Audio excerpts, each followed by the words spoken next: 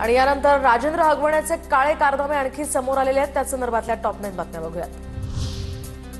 वैष्णवी हगवणेला आता लग्नात दिलेली 51 तोळे सोनं बँकेकडे गहाण। हगवणे कुटुंबानं कसपटे कुटुंबाकडनं 51 तोळे सोनं घेतलं होतं। वैष्णवी हगवणेचा 27 नोव्हेंबर 2023 रोजी आत्महत्येचा प्रयत्न। कीटकनाशक प्राशन करून आत्महत्येचा प्रयत्न तिने केला होता। त्याचवेळी उपचार झालेल्या रुग्णालयाकडून पोलिसांनी उपचाराची कागदपत्र मिळवली।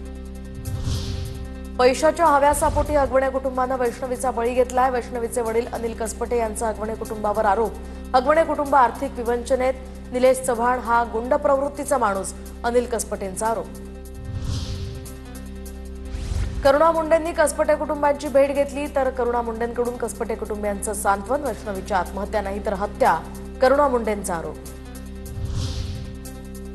फरार निलेश चव्हाणचा कमरेला बंदूक लावून नाचत असल्याचा व्हिडिओ समोर। निलेश चव्हाणवर वैष्णवीच्या माहेरच्यांना धमकावल्यानं गुन्हा दाखल। 10 महिन्याच्या बाळाची हेळसांड केल्याप्रकरणी बंदूकधारी निलेश चव्हाणवर अखेर गुन्हा दाखल। बावधन पोलिसांकडून निलेशचा शोध सुरू। 21 मे पासून तो फरार। फरार काळात हगवणे कर्नाटक सीमेवरील कोनगुळनोळीमध्ये हेरिटेज रिसॉर्टमध्ये वास्तव्यास, तर माजी आमदार वीरकुमार पाटीलचा मुलगा प्रीतम पाटीलच्या नावे बुकिंग। 19 मेच्या रात्री बुक केलेली रूम 21 मेला केलं चेकआउट।